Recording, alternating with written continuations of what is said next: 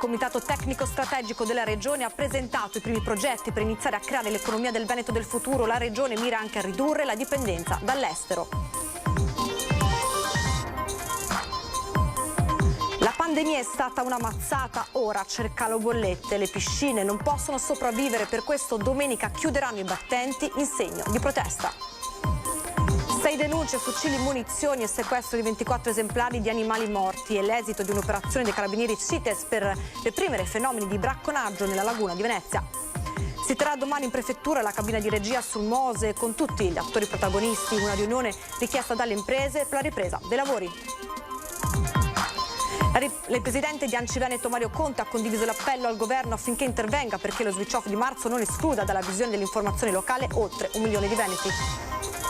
Come funziona il progetto Venezia Capitale Mondiale della Sostenibilità? Lo chiede il consigliere comunale Giovanni Andrea Martini, che rileva come si sia preso atto della crisi in cui versa la città. L'Umana Reiger batte l'1,89-79 in Eurocup, ma nel frattempo la prossima gara di campionato contro Gelvi Napoli è stata rinviata per i troppi atleti positivi. Buonasera e ben ritrovati in diretta con i nostri telegiornali. Questa è l'edizione di Venezia. Come vi abbiamo raccontato nei titoli di apertura, Venezia, il Comitato Tecnico Strategico della Regione, ha presentato i primi progetti per iniziare a creare l'economia del Veneto del futuro. Rilanciare l'economia e l'occupazione in Veneto attraverso progetti imprenditoriali all'avanguardia in ambiti strategici, persino riattraendo imprese che si erano trasferite all'estero e conquistando una progressiva indipendenza energetica o nella disponibilità di diverse materie prime. Se, come sosteneva Albert Einstein, nella crisi è portare il progresso, perché è nella crisi che nascono le grandi strategie, allora forse il disastro economico causato dal coronavirus non è stato vano. Il Comitato Tecnico Strategico, messo in piedi dalla Regione e coordinato da Veneto Sviluppo, ha presentato i progetti ideati nei suoi primi 7 mesi di attività. Noi abbiamo fatto i compiti per casa, cioè noi oggi siamo in grado di presentare al PNRR dei progetti reali, concreti, realizzabili da subito, che daranno la possibilità, per esempio, di diventare molto meno dipendenti da paesi come la Russia, la Cina, l'Asia, da un punto di vista sia energetico che dei materiali. Un'indipendenza dall'estero che si può conquistare in diversi campi, si tratti di quello farmaceutico, tecnologico oppure energetico, con sempre un punto in comune: dobbiamo riprendere a produrre di più. Noi dobbiamo fare il materiale di base, perché altrimenti non riusciamo, dobbiamo costruire le batterie. Dobbiamo costruire le celle a combustibile, dobbiamo costruire noi il cuore degli elettrolizzatori, perché solo allora noi avremo in mano la produzione dell'idrogeno, possiamo gestire il costo dell'idrogeno, e gestire il costo dell'idrogeno significa far sì che l'idrogeno diventi utilizzabile anche nell'industria pesante, anche nell'industria chimica, anche nella produzione della ceramica e del vetro. Progetti ambiziosi in cui non ci sono solo i fondi del PNRR, ma anche altri finanziamenti pubblici e naturalmente privati, visto il coinvolgimento delle aziende. Ci troviamo all'indomani di una fase di stagnazione dell'economia. Al di là di quello che è adesso il rimbalzo, il rilancio passerà attraverso dei modelli e dei settori che sono molto più innovativi di quelli a cui eravamo abituati precedentemente e in cui il Veneto, secondo me, deve guardare non con un ruolo di comprimario, ma con un ruolo di leader. Prima la pandemia, ora c'è il calo bollette, una situazione veramente delicata per le piscine che questa domenica chiuderanno i battenti in segno di protesta. Se da un lato sta per finire una pandemia sanitaria, rischia di nascere e di continuare una pandemia economico e finanziaria, perché gli impianti, i gestori non riescono a sopportare ulteriormente una situazione finanziaria ed economica molto pesante. Per questo il mondo del nuoto veneto ha deciso di aderire all'iniziativa Domenica 6 febbraio, piscine chiuse, una protesta per lanciare un messaggio forte. Ormai la nostra gestione è in pericolo. Gli aiuti che ci hanno dato il Comune di Venezia sono stati importanti, ci hanno permesso di essere rimasti aperti, altre piscine non ce l'hanno fatta, ma siamo molto preoccupati per il futuro. Vorremmo che il governo riprendesse in mano la possibilità da parte dei comuni di rinegoziare le convenzioni in essere e di dare sostegni concreti per la parte energetica, sia con interventi strutturali ma anche con interventi relativi relativamente alle spese dirette. Chiediamo aiuti, chiediamo un salvagente per non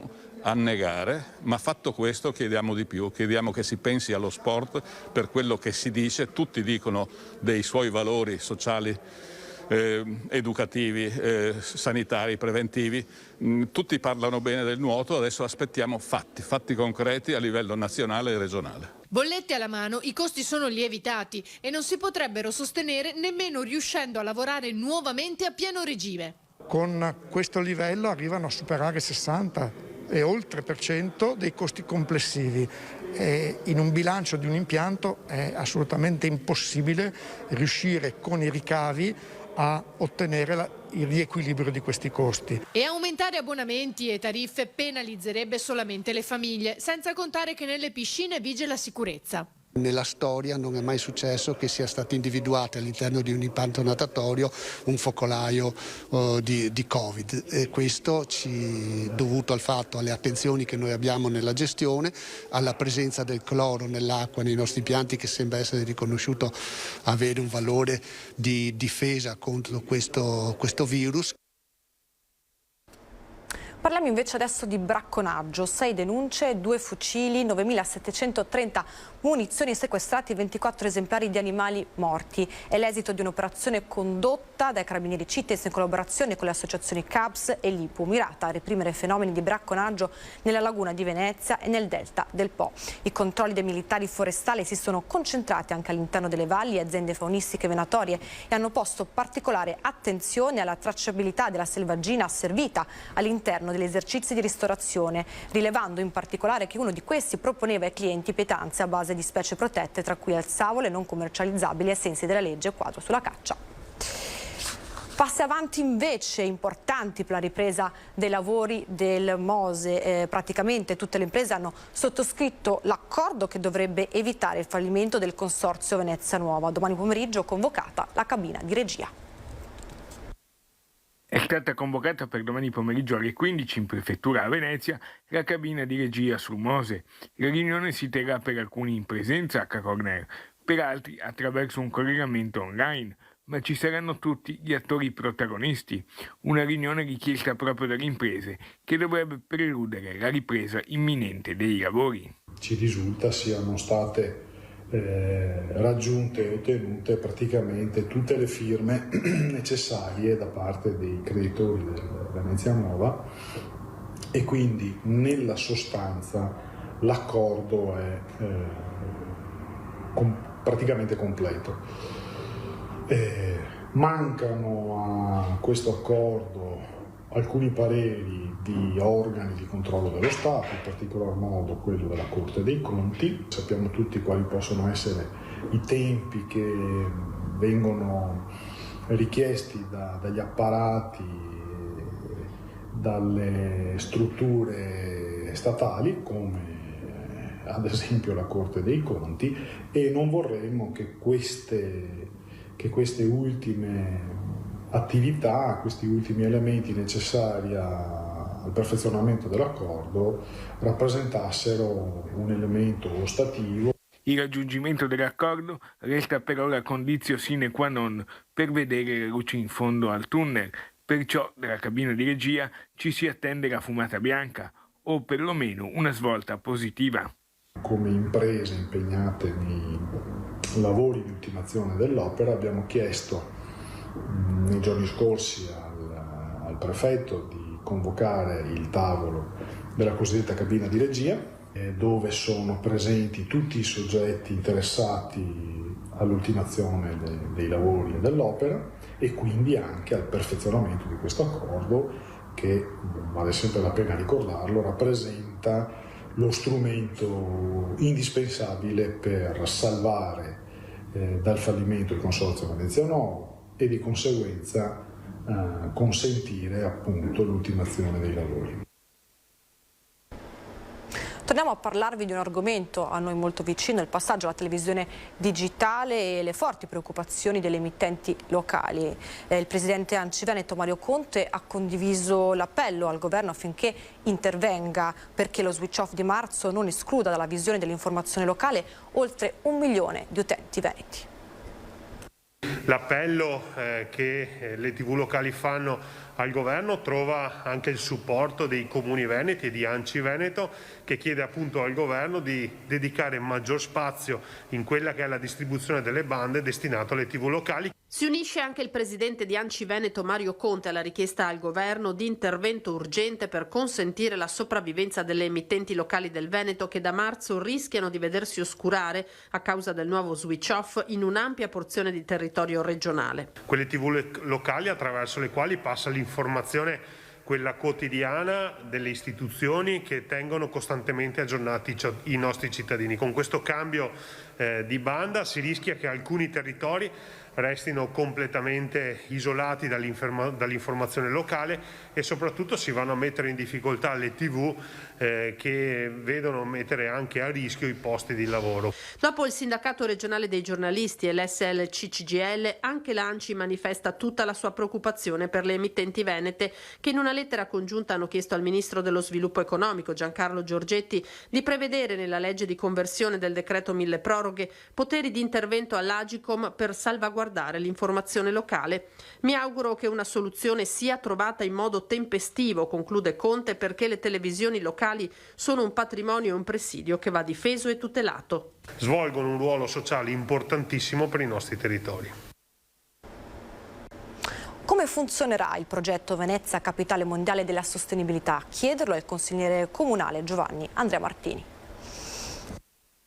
Lo spopolamento, meno 50% in 40 anni, la crisi dell'artigianato, meno 34% in 30 anni, il deterioramento del livello di legalità nel tessuto commerciale, il declino industriale di Porto Marghera, i flussi insostenibili del turismo di massa, il 30-40% di alloggi che in alcune aree sono destinati ad affitti brevi turistici e un bollettino di guerra di una città in ginocchio, il documento di partenza di Venezia Capitale Mondiale della Sostenibilità, progetto promosso dalla Regione che troverà sbocco in una fondazione in cui convergeranno comune, istituzioni culturali e accademiche e mondo economico. La cosa interessante è che si ammette il fallimento della politica di questi anni della città, perché se si dice appunto che c'è uno spopolamento così pesante e in questi anni nulla si è fatto per invertire la tendenza, se si dice che c'è un turismo totalmente fuori controllo, un turismo di massa, vuol dire che in questi anni non si è fatto niente. Quindi un dato di fatto importante è che si prende atto di questo e se ne dà atto alla cittadinanza, e questo è importante. Giovanni Andrea Martini è approdato sui banchi dell'opposizione del comune dopo aver ricoperto la presidenza della municipalità di Venezia e su come funzionerà la fondazione vorrebbe maggiore chiarezza, così come sulle politiche attive che si vorrebbe mettere in campo per risollevare la città dalla residenzialità alla gestione di un turismo fuori controllo. E finalmente nel programma della Fondazione si dice un'altra cosa che noi diciamo da anni, e cioè che la prenotazione obbligatoria è la soluzione. Ecco, siamo convinti anche noi, lo eravamo convinti prima, è bene che l'abbiano capito, l'unico problema è come vogliono realizzare questo obiettivo. Perché se è con i tornelli, che so che stanno cercando di utilizzare, cercando di provare, ecco, è la soluzione più sbagliata. La città non deve essere chiusa in quel modo, non è un parco, non è un museo, non è Disneyland, e quindi anche su questo ci sarà da lavorare e speriamo che si possa proporre e capire qualcosa e dialogare, perché il tema di fondo è sempre quello. Qui non si dialoga, qui ci troviamo le cose da approvare e basta. Rimaniamo a Venezia. Con il blocco del cantiere in piazza San Marco si è perso forse il periodo più favorevole dal punto di vista meteorologico per realizzare le barriere mobili provvisorie a difesa della Basilica. Cerchiamo di capire ora cosa accadrà.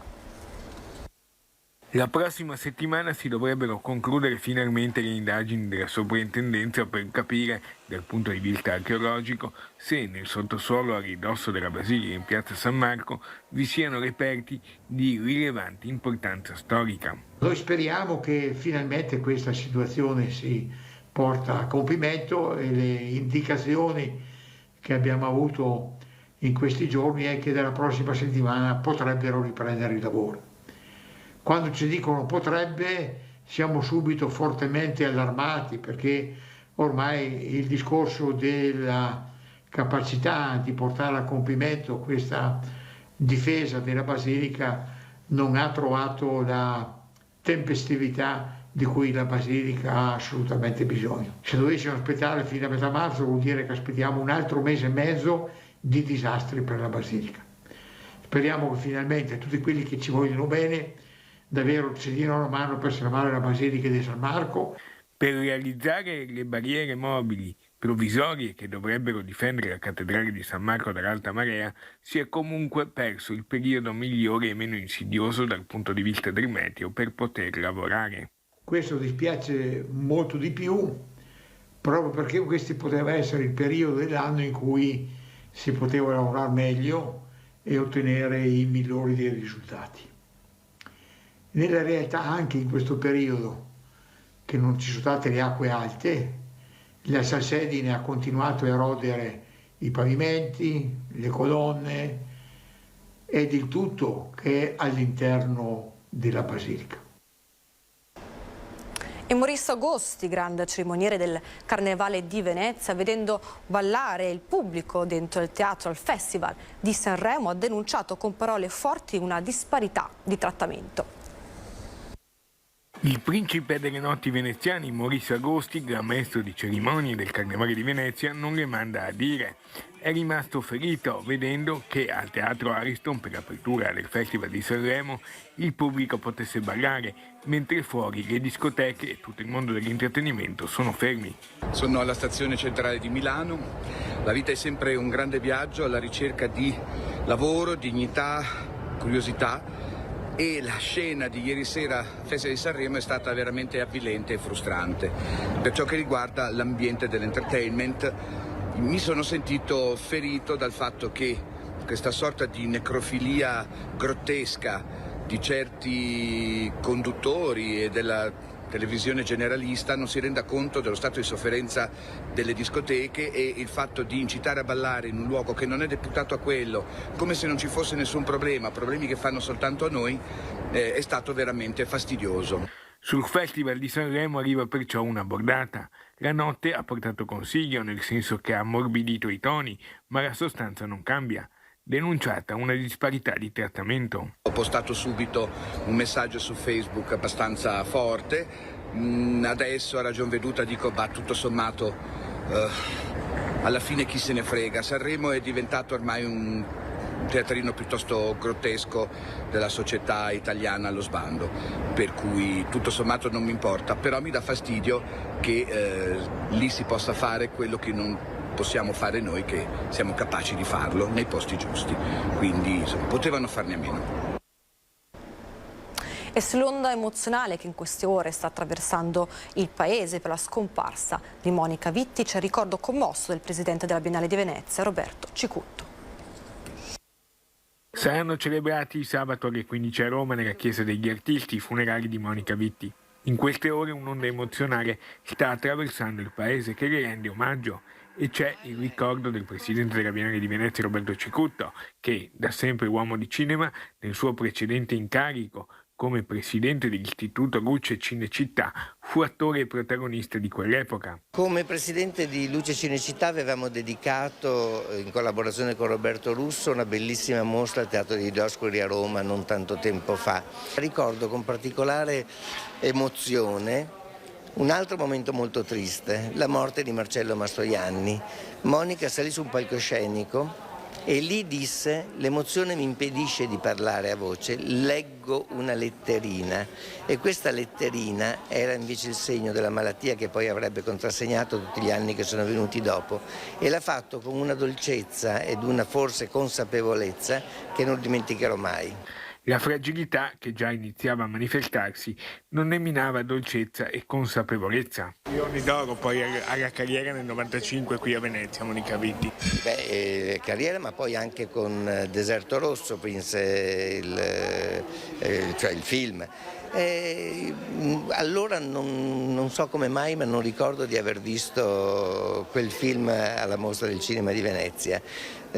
Rivisto, restaurato, quando lo portammo sempre come Cinecittà a una retrospettiva Antonioni al MoMA di New York, francamente penso che quel film, se non avesse avuto Monica Vitti, sarebbe stato molto meno riuscito di quello che è.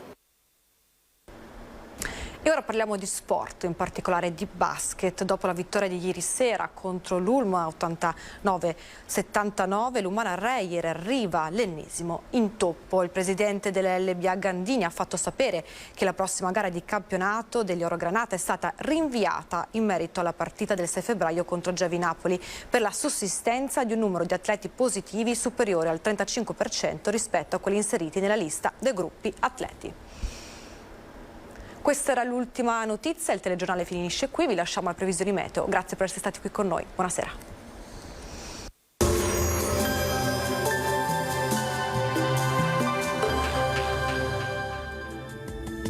Benvenuti al meteo.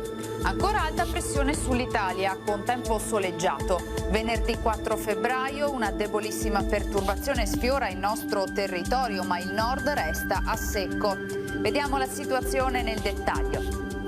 Sul Veneto insiste la fase meteo stabile e siccitosa. Da molti giorni infatti non si registrano piogge degne di nota e nevicate significative in montagna. Cielo in prevalenza nuvoloso per nubi basse e foschie. Sulle prealpi e sulle Dolomiti maggiori schiarite. Temperature sostanzialmente stazionarie, minime tra -1 e 5 gradi, massime comprese invece tra gli 8 e i 10 gradi all'incirca.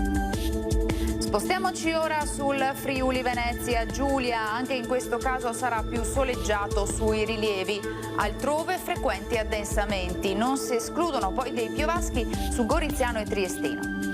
Temperature minime tra 2 e 7 gradi, massime sui 9-12 gradi. Infine diamo uno sguardo alla situazione del Trentino Alto Adige, dove non mancherà il sole, cielo sereno o al massimo poco nuvoloso un po' su tutti i settori. Temperature minime intorno a 1 grado, massime infine sui 12 all'incirca. Dal meteo di Antena 3 per ora è tutto, grazie per l'attenzione, arrivederci.